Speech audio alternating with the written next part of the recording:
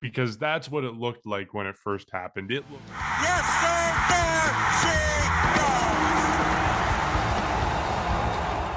Hello and welcome to episode 226 of section 138. I'm your host, Mark Colley, as always, joined by Bryson and Jacob. The Blue Jays sweep the Pittsburgh Pirates as we all knew they needed to do. They are a season best 14 games above 500, and the vibes are going well just in time for a huge 4-game set against the Baltimore Orioles. Bryson, Jacob, how are you guys?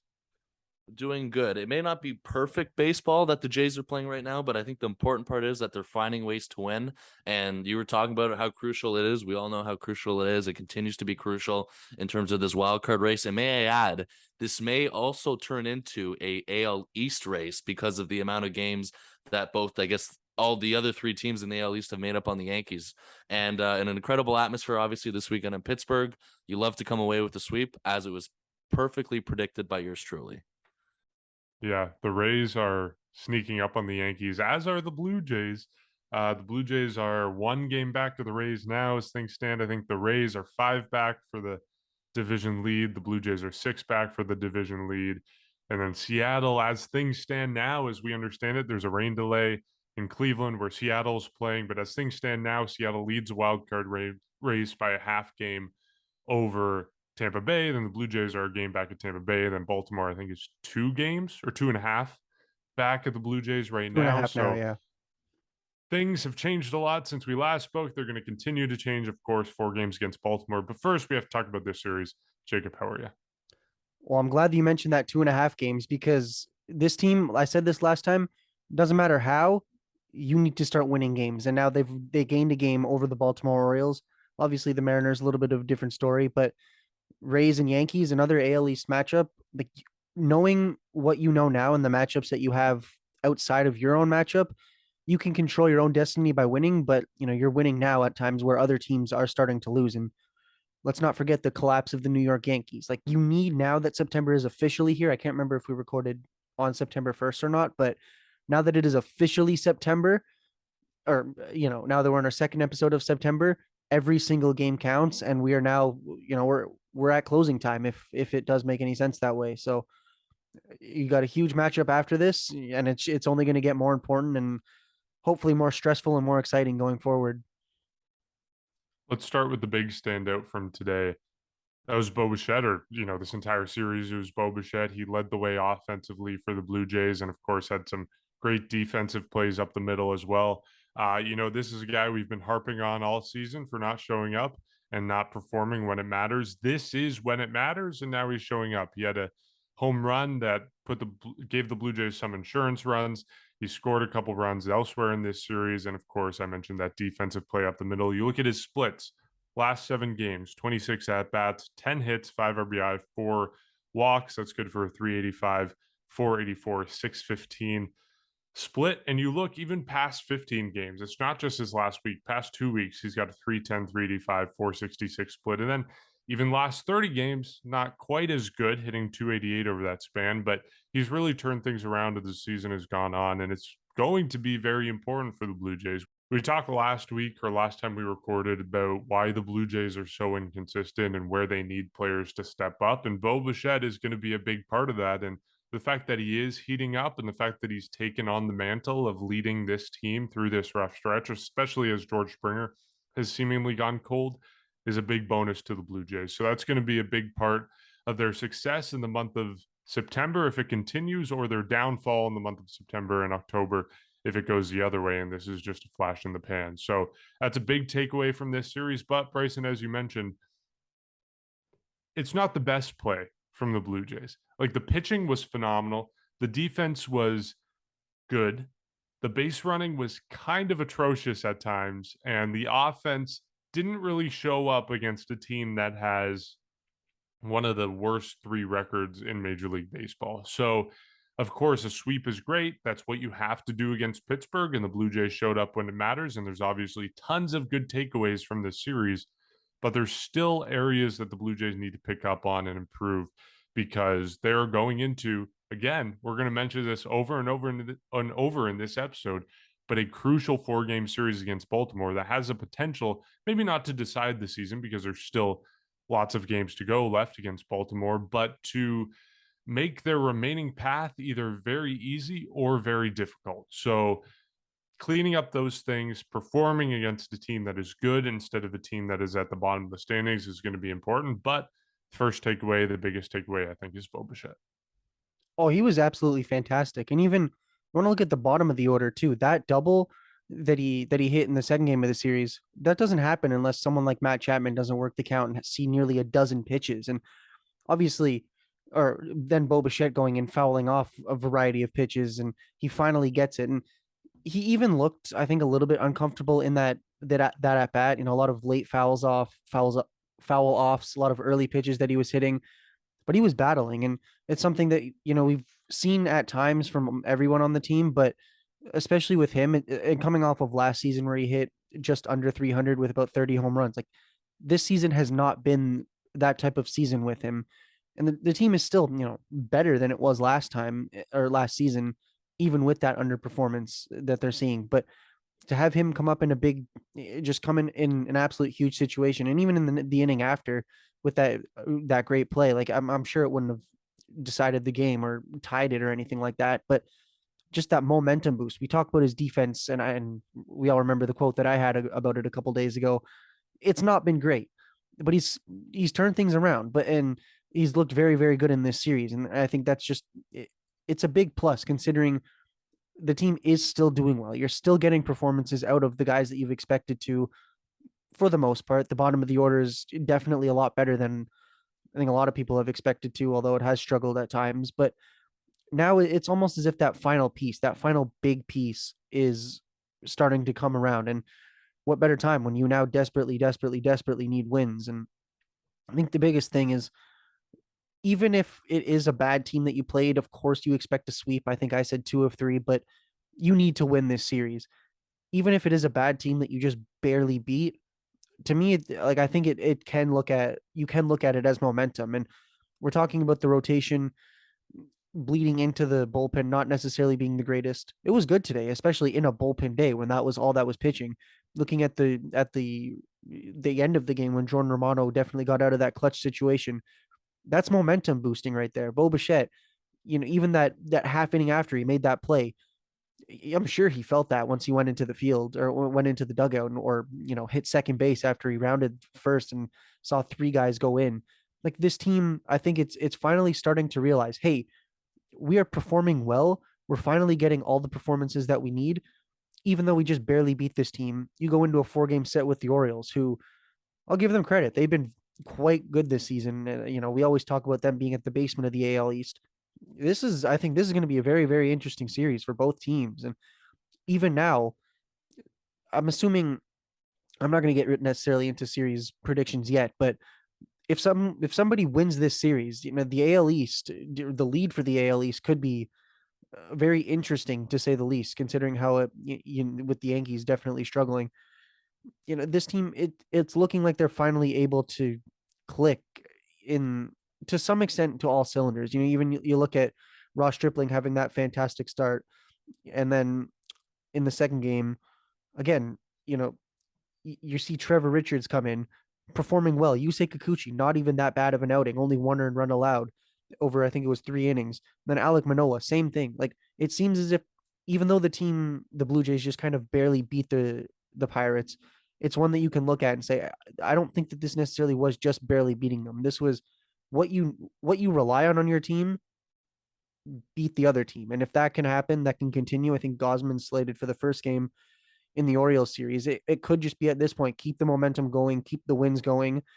And let's hope that you can keep this AL East, at least AL East expectations or hopes or sights alive, but definitely keeping that wild card and looking to take some type of lead in the homestand of that wild card position. Yeah, I mean, pretty crazy throughout the weekend. The one thing I will say though, as much as there's certain highlights in terms of example Bo Bichette and other things, the one lesson I think we've learned this year is to, because of how inconsistent it's been, is to not totally be set. Although I will say it just feels like out of these hot streaks that Bo Bichette has had this season, maybe this one perhaps has been the one where he's looked the most comfortable. I know a lot of people are talking about it like that, but again, I think it's just something that you need to see more of before you're completely sold, because again, that has just been an issue all year in terms of people being hot, people being cold, and then once you think it's hot, it gets cold, vice versa. So that's been one of the biggest challenges this year because of how tough it is to read. And of course, if Bo Bichette can maintain this, we all know how much deeper of a lineup this truly gets with him being like this on an everyday basis. So we got to hope that's the case on that one. I mean, you talked about it, Mark, in terms of what he did this series. I mean, the first game alone, when he went 3 for 5, I believe it was, with the home run, a double, 2 RBIs. It was really clutch. Of course, Santiago Espinal had a really clutch hit as well, going 2 for 3 with 2 RBIs. Thank goodness he's okay, because that's also a guy who hasn't exactly been playing the greatest. And you hope that avoiding the worst case scenario with him, that he can get back into the lineup as soon as possible with that. And of course, the highlight for me, as much as the home run was cool in game 1, was definitely that at bat that you were talking about, Jacob, in game 2. The fact that he was fouling off all those pitches, and just you can imagine as a hitter how challenging, I guess, even for a pitcher both ways, but especially if you want to talk from Bo Bichette's perspective, how tough that could truly be in terms of stepping into the plate and pretty much pitch after pitch, you're fouling balls left, right, and center, and you're trying to stay focused. You're trying to put one in play without trying to do too much. And I think that's exactly what he did when he cleared the bases with that double with 2 outs in the 7th inning. So he was definitely a highlight from this series alone. Definitely one of the main reasons for game 1 and game 2, on top of the good pitching performance that you both touched on. Alec Manoa, we expect this from him. And of course, 7.1 innings.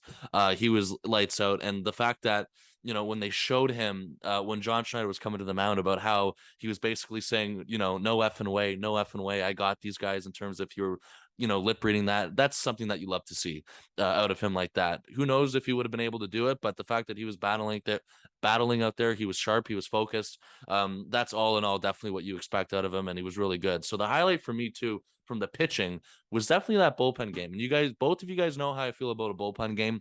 However, the reasoning for it this weekend made a lot of sense, because what you're seeing or what they have lined up for the Monday game and the doubleheader, knock on wood, hopefully there's not a lot of rain like they're talking about, and hopefully the games can be played. But basically what they did was they lined up both Kevin Gausman and Jose Barrios in the same game, because usually you don't see that with the doubleheader. Usually you have a bullpen game in one of those games. But the fact of how important it is, and the fact that we touched on it last episode, of the possibility of a rotation shakeup coming down the line, was exactly why they did this weekend. And kudos to them for it working out over pretty much 1 earned run over the course of 9 innings. Everyone was pretty much phenomenal from what they appeared. You were talking about it, Jacob. Even Yusei Kikuchi was somebody who was pitching well, or at least for what he did in his couple innings of work. The one thing for me, I guess another highlight from that bullpen game was, and it's something that it wasn't, I guess, something that maybe caught everyone's eye, but I think it was definitely impactful from the moment it happened. And that is when, in pretty much, I think it was in the 5th or the 6th inning, when the Blue Jays made a change after Yusei Kikuchi came out, was the fact that they threw in Jimmy Garcia right after that. For me, it was just a surprise because of how you expect to see a guy like Jimmy Garcia pitching late in the game. But the fact is, he came in early, or they made the decision, John Schneider and the staff made the decision early to bring him in, and basically tried to bridge him with David Phelps or somebody like after that, because I believe that's who came in afterward. Or sorry, it was Adam Simber. And then after that was Anthony Bass. But the fact that they used Jimmy Garcia that early in the game, I thought it was a very good decision. I think it's just something that, was spoken about a little bit, but I think that the fact that they went with him right away to try to keep the game where it was, for me, that was a really big highlight. And of course, in the bullpen game, you're going through everybody left, right, and center. So it's not always easy to kind of plan because of that scenario, because usually, obviously, a starter has a good quality outing, and then you have guys lined up for the later innings. In this case, you had Trevor Richards, kudos to him, of course, who's been really good, especially against left-handed hitters this year, which is why he was pretty much started that game. And then you had Yusei Kikuchi afterward, where you don't know what you're going to get out of him. Even though he allowed four hits, he only came one with 1 earned run, struck out 5. So it's kind of unpredictable in terms of what's going to happen before that. And then they decided to throw him in. And after that, you had Adam Simber, Anthony Bass, Tim Mays, and Jordan Romano. And Jordan Romano's another one who we talked about last episode. The fact that he came in today in the jam he did and was able to get out of it, it just truly shows how much confident he is and how confident we all are, as much as it was definitely nerve-wracking that he got out of it as well. And of course, he had a good start from Ross Stripling today in the third game as well. And then, of course, Kevin Biggio was pretty much one of the highlights today in the game with the solo shot in the fourth inning. So not the perfect or the most perfect form of baseball. A lot of runners left on base, a lot of double plays as well. That's still something that, of course, the team's going through. However, they're finding slim opportunities in these games to bring in some runs. And the fact that the bullpen was that good this series, and of course the starting pitching was good that series, that is also a big reason why the offense that they did provide was enough. And of course, you want that to get better over the course of the next couple of days because of how crucial this series truly is against the Royals. So you're finding ways to win. That's all that matters now. But things can be a lot better, and I think they're on their way to be. As long as they can keep this hot streak going, as long as they can try and be consistent, I think they're on their way to kind of figuring things out. But the fact that they're winning these games right now is definitely important. Yeah, like there's always a room to say, oh, they only scored 12 runs in a 3-game series against the Pittsburgh Pirates, but a win is a win, a loss is a loss, and as long as you're adding to the right side of the column, you can't complain too much. And this series against Baltimore will be a big test. But yeah, we talked about that bullpen game. I think all of us and pretty much everyone within Blue Jays fandom was terrified of what that game might hold, just because not only did it bring back flashbacks of 2018 and 2019, and even some extent 2020, when the Blue Jays were doing that all the time with guys like, geez, I don't even know. Who's the guy who not Edwin Diaz, the guy who pitched for like every single Edwin like Jackson. 15 teams. Edwin Jackson. Yeah. That's and they also did it in a playoff game in 2020 with Matt Shoemaker. So yeah, anyways. Yeah. Just brings back terrible memories. But the other side of that is also that Trevor Richards, I feel like the idea that we have of Trevor Richards in our brain right now is that he's been a very bad pitcher, because that's the idea that was set in our brains from the start of the season to June. But you look at since he came off the injured list, he has a 1.80 ERA over his last 25 innings pitched, dating back to July 3rd. That's phenomenal. Over that span, he's been one of, if not the best reliever in the Blue Jays bullpen. And yes, they've gotten great performances from, you mentioned Jimmy Garcia, you mentioned Jordan Romano, Adam Simber's been a factor in there, and of course Anthony Bass being added at the deadline, and Mitch White coming into the rotation, although that hasn't been ideal. But Trevor Richards has sneaked back into the conversation as one of these guys who is a huge part of this team and could be a huge part of this team moving forward. I know we talked about it last episode because he had a 1.1 inning outing in the series against Chicago where he was perfect and struck out 2, but he's really kind of snuck back into that conversation of being a dominant reliever. And for a team that has aspirations of going deep into the playoffs and even making the playoffs in the first place, Trevor Richards is going to be a big part of that. And the fact that he was able to not only just pitch well, but come into a situation that he hasn't really been in for 3 or 4 years at the major league level in terms of starting a game and dominate for the Blue Jays, toss 2 innings, give up 1 hit, struck out 3. That's really encouraging for him to do that. And even just past that, the fact that the rotation now is kind of adaptable. We know they were rejigging things for the September stretch run so that they had their best starters available in the games that mattered the most, aka the games against Baltimore and Tampa Bay. It's good to know that this rotation is adaptable and they can find success whoever they put in there to start. So that was great. And of course, the guys that came after Trevor Richards as well in that game were phenomenal. 2 things I want to mention. Speaking of Trevor Richards, he has only allowed 2 earned runs in the last month.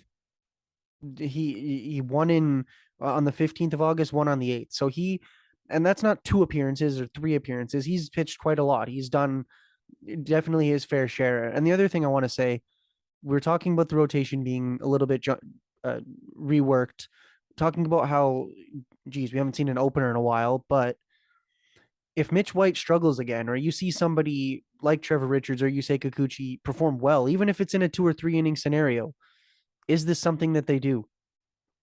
I kind of doubt it. I'm just putting that out there. I mean, it's something you can think about. I don't think it's out of the question at all, even especially say your pitcher gets rocked in the first inning, no matter who it is, or God forbid that doesn't happen, but say something like that happens. I think if anything, this last game or this last series and these last couple of weeks proved that the Blue Jays can if needed, rely on it. You do have quite a few guys that you can now, if you want to say, delegate to the early parts of the game or the middle innings, or pitch a lot of innings if needed. But you also kind of have that exclusive group of late inning guys, or specifically your closer. So it almost seems as if the bullpen obviously got better with the additions, but it's also now even just gotten better from everybody else getting a little bit better. Mm, It's definitely going to be something to watch, I think, over the next couple of turns through the rotation. Or I mean, there's not even that many turns left in the rotation. But if Mitch White does struggle, or if anybody does struggle, like say, actually, I wouldn't say Ross Stripling, but say somebody struggles that's not Manoa and Gosman, you could easily see somebody go in for 2 innings and then another guy go in for 2 innings. It could be something that we see. I still kind of doubt it. The Blue Jays are a better team than they were when they were using the opener, and they have better players, and they're in a better position in the standings. So I'm not entirely sure it'll happen, but it is something to look at. Now, you now have your good rotation, or aspects of your rotation that you can 100% trust. But now your bullpen sneaking up, and it easily could say, okay, we need to cover a little bit more innings than we needed to. We can do that and not take away from the innings that we normally would cover. It's definitely something to look at. Even I think there's one more doubleheader. I think it's in Tampa Bay, or at least against Tampa Bay. We could definitely start to see things like this, and especially in the playoffs. When you're needing, or assuming they make the playoffs, when you're needing potentially out of nowhere 2 innings out of a guy, or 3 innings out of a guy in a non-ideal situation, it could be that extra thing that the Blue Jays have up their sleeve. And I think it's proving that this team is a little bit deeper than we initially thought, although it can struggle at times, but it's deeper than we initially thought, given the fact that there is just so much talent that's finally coming together. Yeah, it's for sure going to happen one more time because of that doubleheader, like you were saying. So, other than that, I have no idea if that's something that they're going to, be interested in doing a lot. But for sure, you will be seeing something like that, of course, at least one more time, which will be that series coming up. So, and of course, tomorrow you're going to be seeing, I believe, there's going to be an extra guy obviously added to the bullpen tomorrow. And there's a very good chance Casey Lawrence is also sent down, which means might see Zach Pop return, like we talked about last episode. And of course, another guy I think that's been floating around in terms of an option is Julian Merriweather, who's kind of, I guess, reworked his way back after he's basically been rehabbing for, I guess, the last month or two. He basically started from the Florida, pretty much down to Florida, and worked his way all the way back up. So that's another name. Of course, there's going to be a lot of other options, but I think Zach Pop's the guy that you might be seeing soon in terms of that coming up. But anyways, with this bullpen, yeah, it's just been the fact you were talking about it in terms of the earned runs that Trevor Richards has allowed. And of course, with Jordan Romano, the official numbers from him since that All-Star break: in 16 games, he's gotten 10 saves, an ERA of 0.98. Pretty much hitters are hitting 152 against him, and he's got a whip of 0.71.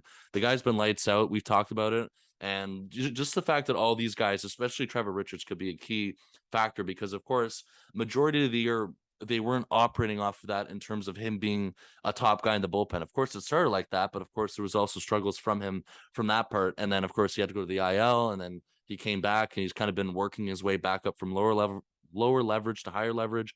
And that's crucial for just another option in that bullpen that you can probably, trust the guy coming out of the bullpen in terms of that, which is, Trevor Richards could be one of those guys. Jimmy Garcia will always be one of those guys. Anthony Bass was brought over here to be that guy as well. Phelps has been great. Simber's been great. You feel a lot better with this bullpen. If a guy like Trevor Richards can keep this momentum going and pretty much can make this bullpen a lot better. But this has been one of the reasons for these last couple of wins for this team, because again, with the offense, missing some opportunities and not capitalizing like they should be, I guess, to the fullest, the runs that they've been putting up has been enough. And that's been really important and pretty much definitely deserves a star beside it because of how much they've been contributing. And it's something that, this bullpen coming into the year, we felt fine with, but of course, as the year went on, then we kind of noticed the flaws that they did have and how much they were in need of somebody new, or, just more velocity out of those guys, which brought us to the trade deadline. And ever since that happened, you feel a lot more comfortable now as well with this bullpen where it currently sits. And the fact that a guy like Jordan Romano's gotten better since the start of the year, better since the All-Star break, you feel a lot, which is really good about it heading into September. So it's been, one of the reasons for the the wins over the past couple of games, and it really deserves full credit for that, of course. And, again, the fact that they managed to get through that bullpen game because of the, just the margin for error from that, Mark, you were talking about it could have ended up in a disaster. And there's been times this year where they've done a bullpen game where it's been pretty much ended up as a disaster. And the last one I can remember that they did was in Seattle when Casey Lawrence started because of Kevin Gausman's turn through the rotation. I don't believe that went well. And I think there was one other time this year where they did it and it also didn't go well. So this was by far the best opening game or bullpen game they've had. And it might actually be the best bullpen game they've had in a couple of years, because you were talking about it. This is something that has been, we've seen a few times throughout the season in pretty much 2018, 19, 20, and of course last year, and of course a few times this year. So the fact that this could have been the best bullpen game they've had in that span, or at least up there with a couple other ones, but there's not a lot of them. That's also really important that they got the job done, and it pretty much makes the strategizing a lot easier because of the way they pretty much had this planned out in terms of rolling out with your pretty much two of your best starters in the rotation, or at least two of the best starters on that doubleheader game against Baltimore. And you're taking your chance against a team like the Pittsburgh Pirates, with all due respect, with that bullpen. It could have went a lot more south. And if it did go south, it would have been just a lot more complicated heading into tomorrow's doubleheader. So that's the fact that they got out of there. Pretty much in the best case, I think, pretty much allowing one earned run over 9 innings. I think that's pretty good. And of course, you get through today's game as well with another good start from Ross Stripling. You feel really good about your bullpen going into the doubleheader tomorrow. And this is something, again, that's going to be happening in the next homestand against the Tampa Bay Rays. Perhaps you feel a little bit more confident, rolling out with a bullpen game, because usually you kind of, again, you don't really feel too confident with it. But the fact that they got through that this weekend, you might feel a little bit more comfortable when they do this next week against Tampa Bay Rays in that big 5-game series. One last thing, just to cap off our conversation on the bullpen. Since the start of August, which is kind of an arbitrary cutoff, but I use it because of the trade deadline around that time, the Blue Jays have the 6th best reliever ERA in the majors. Are behind Cleveland, Los Angeles Dodgers, Seattle, Los Angeles Angels actually are also on that list, and the Rays, and then the Blue Jays. And the Jays are ahead of Houston, Baltimore, San Diego, San Francisco, Atlanta, St. Louis, Milwaukee, New York, of course. New York kind of falling off the table a little bit these last few weeks, but yeah, just goes to show how good this bullpen has been. And it's been a quiet part of the Blue Jays' success over the last 2, 3, 4 weeks, as much as they've gone through rough stretches over that period as well. Okay, a couple more things to touch on this series before we move to some of our other conversations about Baltimore and the playoff stretch or playoff run down the line. The first is Santiago Espinal. He gets hit with a pitch in his left hand. It looked terrible when it happened. I was watching the game at a bar, and a person next to me, they leaned over and said, "He's making that look a lot worse than it is, right?" And I said, "No, his hand is broken. He's going to miss a month."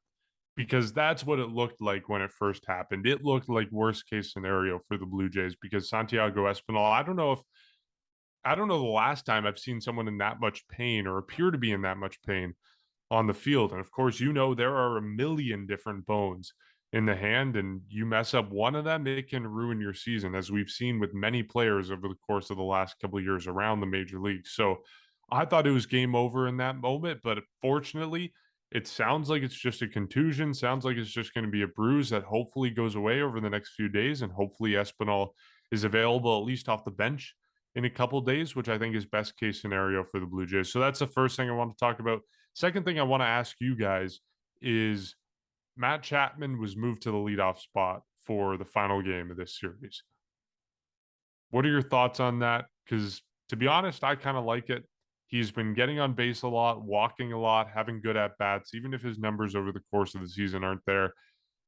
The Blue Jays were trying to get something done offensively. He's hitting well. To me, it doesn't read as a panic move because they're winning. So I'm all for it. I'm interested in hearing what you guys think. See, I'm not really sure. And that's not because I don't know if Matt Chapman's capable of hitting the leadoff spot. I don't know if I want to move George Springer unless you move him to the 3 spot. And, just looking at today's lineup. Well, yeah, today he wasn't playing. So yeah, I should have said that first. So Springer didn't play today. Chapman was in that spot. I'm not sure. I can't remember when it was, but it was a couple months back in the season. We discussed not moving Guerrero to wherever it was. Like we basically said he doesn't want to move and he's not going to move unless the Blue Jays absolutely have to move him. I don't know. I don't really think they're going to move him from the second spot. My logical option would be put Springer back in the leadoff spot, which I think is regardless going to be the obvious answer, and then Chapman as the number 2 hitter. But I don't know. Maybe To be clear, like this is only really a conversation when Springer isn't in the lineup. Like it's just in the case that Springer is resting or worst case scenario he gets injured again down the line, who are you putting in the leadoff spot? And to be honest, I don't really mind Matt Chapman there. I kind of like the move as well. That's all I'm saying. I'm interested in hearing your thoughts of choosing Chapman over someone like, I don't know, Bichette's hitting well right now. I don't know who else you get. We've seen Tapia up there other points of this season. I thought we were having like a whole intricate No, discussion. I'm not You are saying like confusing change the the heck out of lineup. me, I'm not. I just mean in the case that Okay. Springer's not available, who do you go to? I don't mind using Chapman.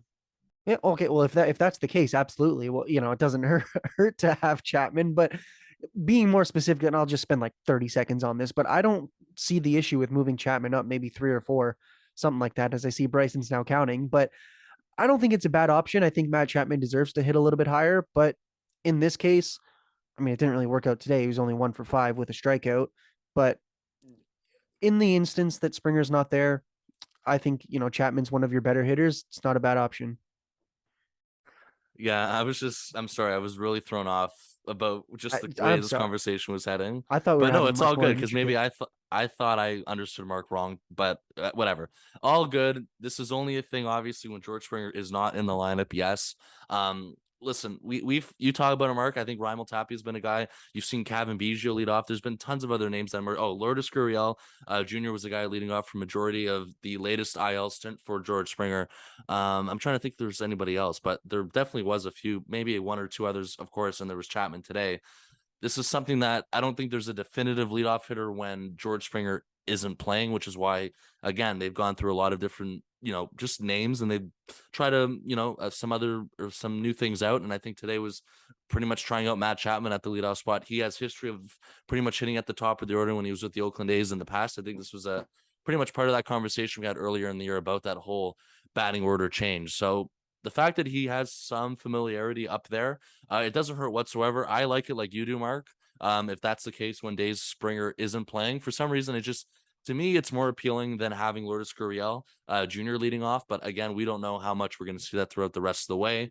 But it was definitely is something that I did support when I saw that. And the fact that there's been times this year where Chapman's pretty much been up and down the lineup. I think he's pretty much hit in almost every slot except for the 9 and the 8th hole that he's pretty much at 7, 6, 5, 4. And I think there was also a time this year where he might have hit second a few times earlier on in the season. But this is a guy who has been flexible with that, pretty much his position in the lineup. And I think the fact that he's been playing a lot better in the second half definitely, makes him feel a little bit more comfortable. Of course, he's not, putting up lights out numbers, but he had that run recently or a couple weeks ago where he was really hot. And over the course of the second half in general, it was something that where for him, it's also worked out basically compared to the first half. And for Santiago Espinal, it did look really rough when you did see that in terms of pretty much his finger when he did get hit with that one. It would have been tough if it was more of a long-term injury, just because of the fact that Espinal, of course, pretty much since after the All-Star break, he hasn't exactly been playing, I guess, as good as we saw in the first half. And on top of that, he hasn't been pretty much in the lineup as much either in terms of being in the lineup every day. I think in his last 28 days, he's pretty much been in 18 games out of that span, which again, it's not, a small number, but it's also not every day. And this also kind of adds to the fact that this team went out and got a guy like Whit Merrifield, of course, as much as he can be an option in the outfield. He's also an option in the infield, and a guy like Kevin Biggio, who's been playing a lot better pretty much over the course of the last couple of months. He's a guy that's finding some playing time in here and there as well in the lineup. It's kind of a true platoon role, what you're seeing right now. So the fact that Espinal kind of got away with it in terms of the worst case scenario that he might only need a couple of days, it's good news for him to stay, I guess, involved in this platoon because of pretty much at this rate. And I think Whit Merrifield pretty much said the same thing because there was a whole conversation about how he's not, pretty much used to this role because in Kansas City, he was pretty much considered Iron Man, pretty much playing every day. And this is something that he's had to adjust to. And basically, he's pretty much saying is that when you do get the opportunity for the playing time, you play well, force their hand. That's pretty much how you stay in the lineup right now. And we haven't seen that from any of those three that I mentioned consistently, which is pretty much why you're seeing these guys rotate in and out of the lineup every day. And that's a guy like Espinal who struggled a little bit since the All-Star break, not a whole lot in terms of being horrible. It's just something that you've noticed, of course, over the last, especially the last 14 days, where just the numbers haven't been there. And the fact that they're just rotating through different guys for matchups. And of course, we know Kevin Biggio's a lefty, which gives him maybe some sort of advantage on certain days. It's important that he stays in the mix for that, Espinal. And I think the fact that he is obviously good news for him. And of course, throughout the rest of the way, especially that second base position, there's always lots of room for playing time or limited playing time for those three. And of course, there's lots of playing time up for grabs, but it all is going to depend on who's going to be playing the best. And of course, Espinal, we saw what he did in the first half of the season, and you can, hopefully you're confident that he can kind of return to that form. And by doing that, of course, staying in the lineup on a consistent basis is going to be one of those steps that he has to get to. Yeah, I know there's a lot of people pining for him to get more playing time right now, just based on his performance compared to someone like Whit Merrifield, who isn't a terrible replacement for Espinal, but I think Espinal probably has been playing a little bit better. I mean, in today's game, Whit Merrifield did not have a pretty game by any means in the outfield. There was a fly ball hit into kind of left center field that dropped between Gurriel and Merrifield, who was playing center at the time. And Ross Stripling looked frustrated at it. It looked like a play that could have been caught if Merrifield had taken a better route to the ball. And we know Lourdes Gurriel Jr. has his own adventures with taking good routes to balls in the outfield. So I don't know. It wouldn't be the worst case scenario if Espinal was injured. He's not someone that's irreplaceable to this team. Whit Merrifield being a replacement who's playing every day at second base, that's, to be honest, most teams would be very happy with that as a replacement for someone like Santiago Espinal. But the more hands on deck at this point in the season, the better. And that's, of course, what the Blue Jays hope will come of this scenario, even though Espinal looks like he's going to be missing a couple days, which, again, like we said, is best case scenario. Okay. So we talked a little bit about the preview for September last episode, and we know how important this series against Baltimore coming up is going to be. I want to have a little conversation about playoff odds, because every single projection is completely different right now, and they run the gambit from practically 95% to 50%. So I want to debrief on each of these different projection systems, talk about how they project the standings and how they project the playoffs, and which one we agree with the most. So I'm going to throw a lot of math at you, but I find this stuff really interesting because I don't think we talk about it a lot. I think we kind of take these numbers as granted and for granted and just kind of pick and choose which projection system we prefer. But I'm going to go one by one, Fangraphs, Baseball Reference, and 538, and look at how they're chosen, how the numbers are picked, where they come from, and of course, where the Blue Jays rank in that. So let's start with Fangraphs. They're the most optimistic. They have the Jays playoff odds at 94.7%. This isn't updated today for the game today, of course, against Pittsburgh and the series sweep, but they're a 94.7. They have the Orioles at a 7.9% chance to make the playoffs. The Blue Jays, according to this, have a better odds than the Rays to make the playoffs by about 2%. So what Fangraphs does for their playoffs, they project out what the final games of the season will look like. And this is important. They project. They don't look at previous games. They look at future games and project what they're going to look like. And they simulate the remaining season 20,000 times and then take the percentages from there. So, for example, if a team has a 90% chance to make the playoffs, it means that in 18,000 out of the 20,000 simulated seasons, they made it to the playoffs. So again, Fangraphs projecting out, Jays are at practically 95%. Okay, next on the list is 538, because they're in the middle of the pack in terms of optimism for the Jays. They have the Jays at 83% chance to make the playoffs, and they estimate they're going to end with an 89-73 record. What 538 does, it's a little bit different than Baseball Reference, a little bit different than Fangraphs, but what they do is that they project the season out, but the simulated games account for two things. They account for projected starting pitching matchups, so that is basically defaulting to whoever would be the most rested pitcher on that day. So they use projected starting pitching matchups. And then what they also do is that they run the stipulations, quote, hot. So basically, it means that a team's estimated talent doesn't remain static. So it means they project one game, and then if they win that game, they're running a little bit hot, and then they project the next game. So that's what 538 does, and they have the Blue Jays in 83% odds to make the playoffs. And then Baseball Reference is a far cry from the previous two estimations. Baseball Reference has the Blue Jays at a 58.8% chance of making the playoffs.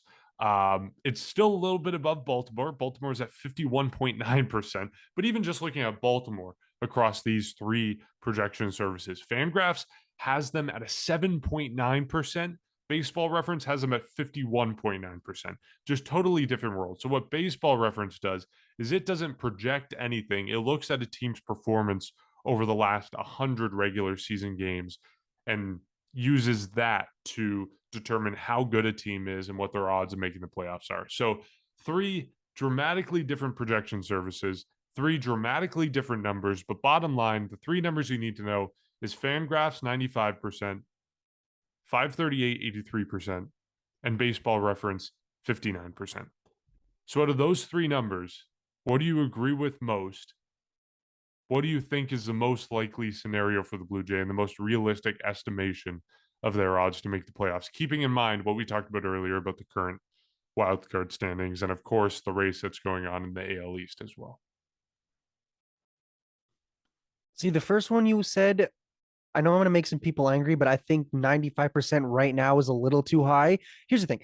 I don't want that to be wrong, but saying 95% with like 35 games, whatever it is left, a lot can change. And I think that it could go up, it could go down, but even if they lose tomorrow, like you know what I mean? Like when we're down the final stretch, a team loses one game and it's like, oh no, their odds to make the playoffs just went down 15%. It's like, well, yeah, because they just played 15% of their remaining games. But I think the 538 is probably the most likely. See, the thing is I'm right now, if you were to say to me right now, today, what I think the odds of them making the playoffs are, I would say 75%. And that's not because I think that's low. I think that's the most realistic thing. I don't think it's a guarantee. I hope it's a guarantee, but I think realistically, they're going to make it. But it's one of those situations where it's not necessarily they're not going to or they are. They're most likely going to make it. So I think something like that. And also you mentioning that they consider the team getting hot. Like I said earlier, Blue Jays just barely beat the Pirates. But and another thing I liked about that 538, the way they projected things and the way they calculated things is considering momentum because I said this a couple minutes ago or earlier in the episode, even though the Blue Jays just barely beat the Pirates, you have to imagine that Trevor Richards having a good outing, Yusei Kikuchi having a good outing, Kevin Biggio with a home run, Matt Chapman, you even saw George Springer coming, patting him on the back after he went and scored. You have to imagine things like this are going to make the team more likely, at least internally, to play better tomorrow and then the next day and the next day.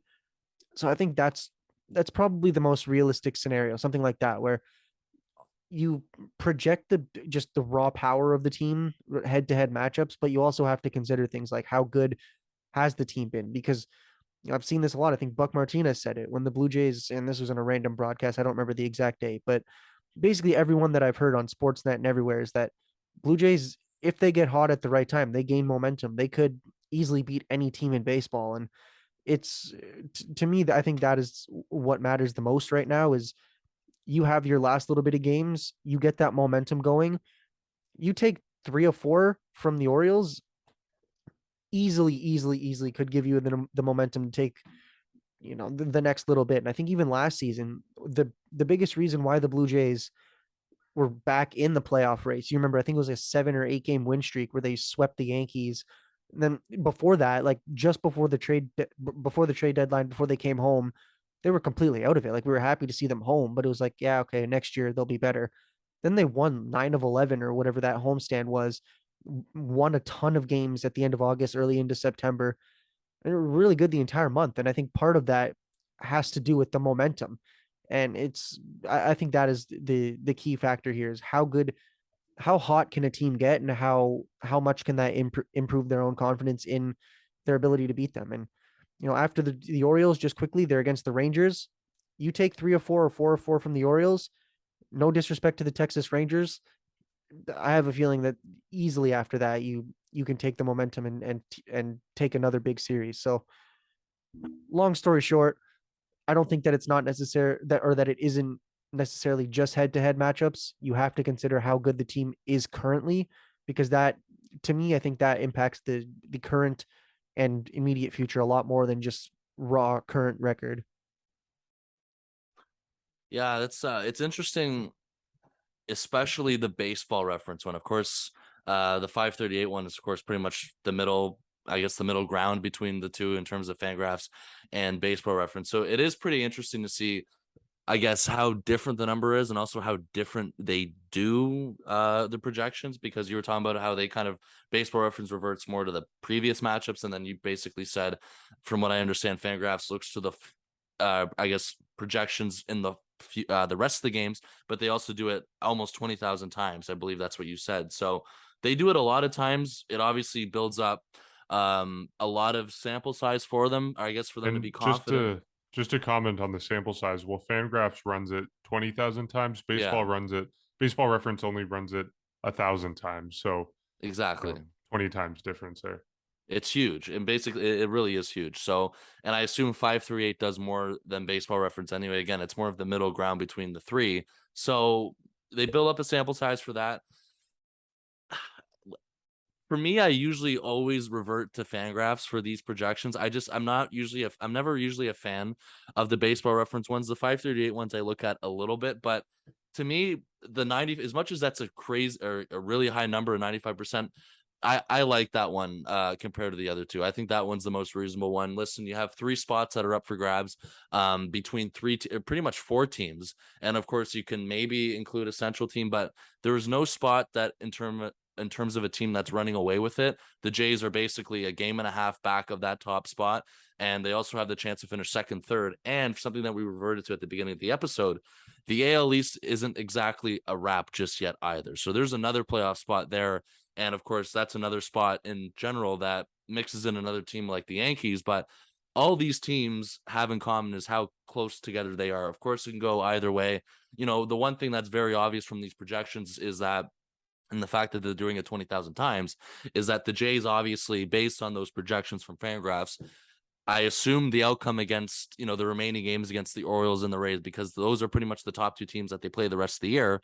You assume that those matchup results are favorable in the Jays way, which of course is really good. But of course, we have to obviously see that to really believe it. But the fact, the projections there, most of it kind of support where the Jays are coming from on that one.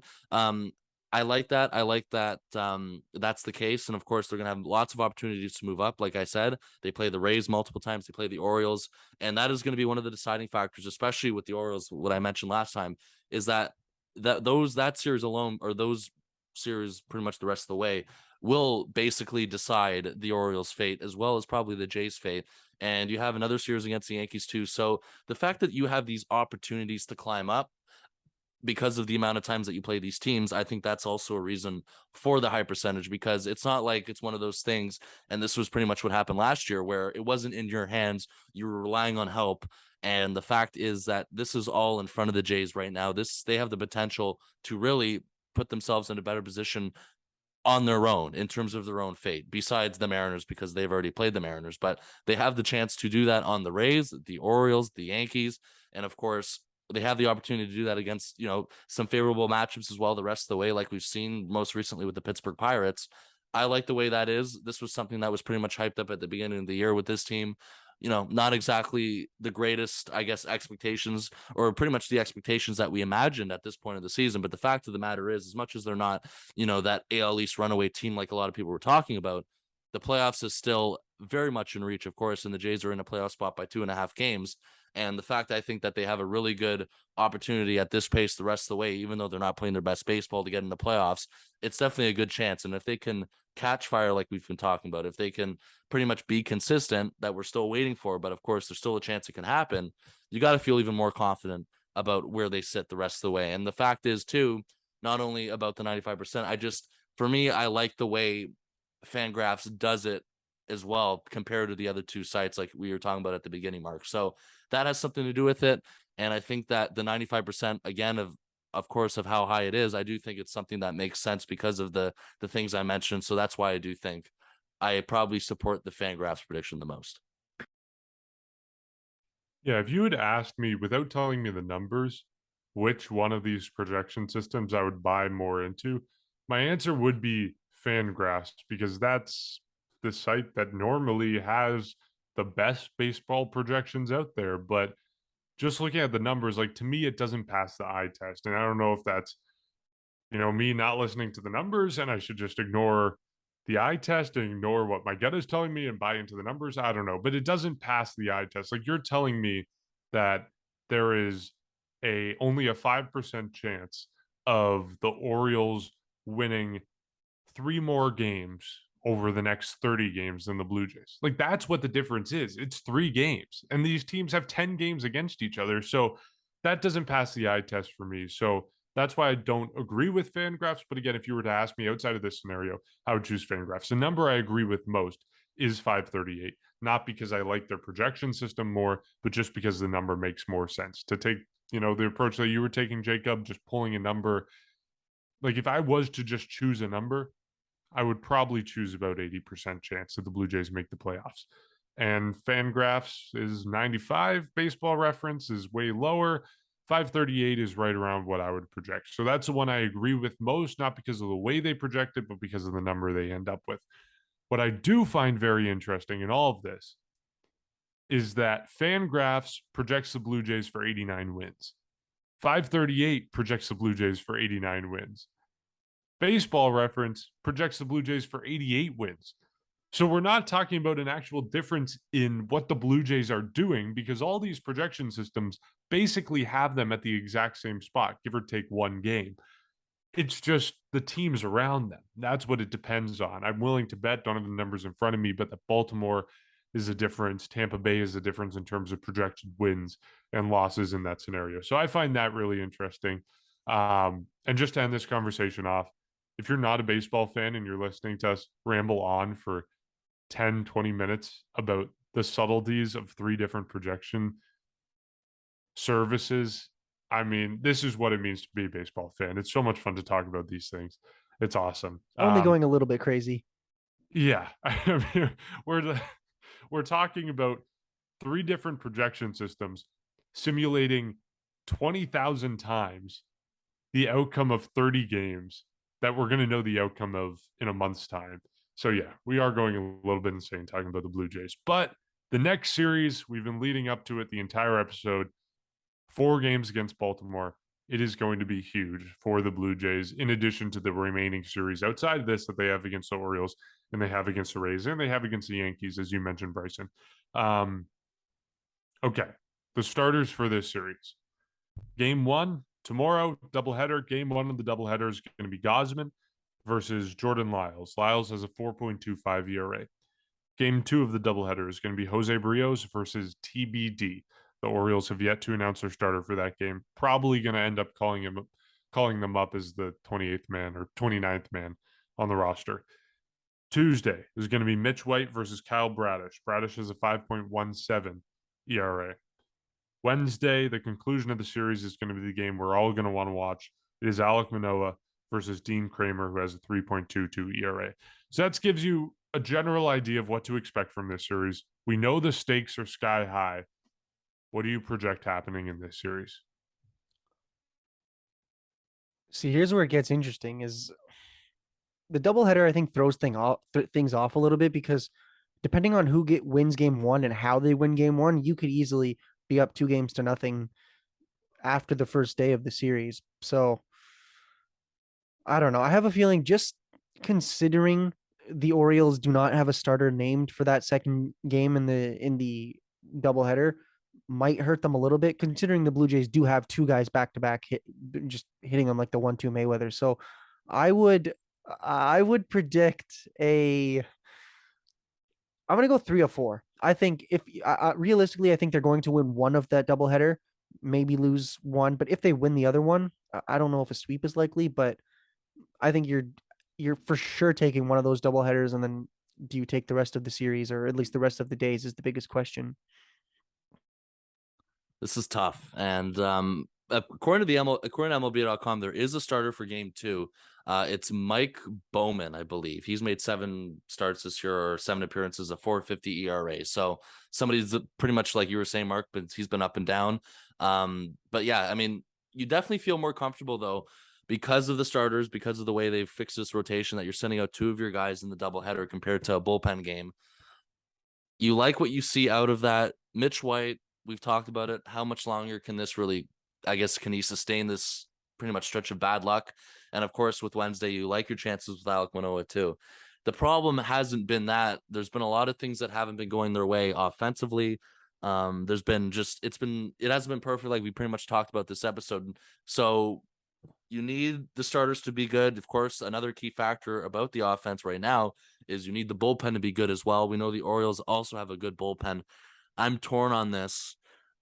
I'm usually the most optimistic one.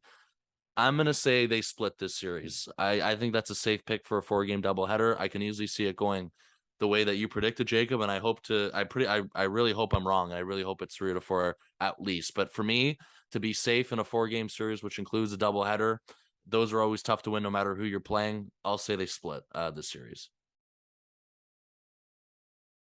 Winning 3 of 4 would be huge because you gain 2 games if you win 3 of 4. You go from having a 2.5 game lead in the wild card race to having a 4.5 game lead in the wild card race. And that's a lot of buffer room as we get down to, the 25-game mark, the 20-game mark, the 15-game mark.